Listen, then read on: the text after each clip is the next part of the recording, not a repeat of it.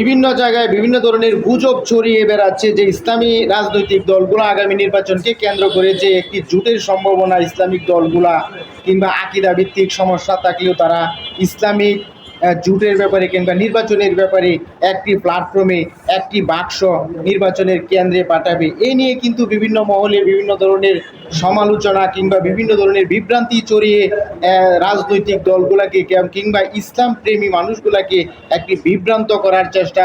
যারা ভাবতেছে যে আগামী নির্বাচনে ইসলামপন্থী রাজনৈতিক দলগুলা একত্রিত জোট বেঁধে তারা নির্বাচনে অংশগ্রহণ করবে, এই আশায় আশান্বিত কিন্তু ইসলামিক দলের কর্মী সমর্থকরা অনেকেই এটাকে ভিন্নভাবে প্রবাহিত করার চেষ্টা করছে যে চরমোনাই পীর সাহেব জামাতকে ব্যতি রেখে অন্যান্য ইসলামপন্থী রাজনৈতিক দলগুলোকে নিয়ে একটি জোট করতে যাচ্ছি। এই শঙ্কাকে, এই গুজবকে উড়িয়ে দিয়েছে আমির রেজাউল করিম সাহেব। স্পষ্ট বার্তা দিয়েছে, যদি জোট করতে হয়, নির্বাচনী জোট করতে হয়, তবে অবশ্যই জামাতকে সাথে নিয়েই জোট করব এবং তাদেরকে নিয়েই জোট করব।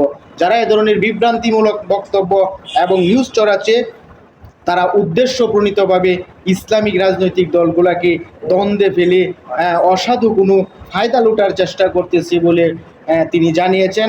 এবং আগামীতে ইসলামপন্থী রাজনৈতিক দলকে অর্থাৎ জামাতকে নিয়ে যে একটি ইসলামিক জোট হচ্ছে সেটি অনেকটাই নিশ্চিত করেছে এই পীর সাহেব।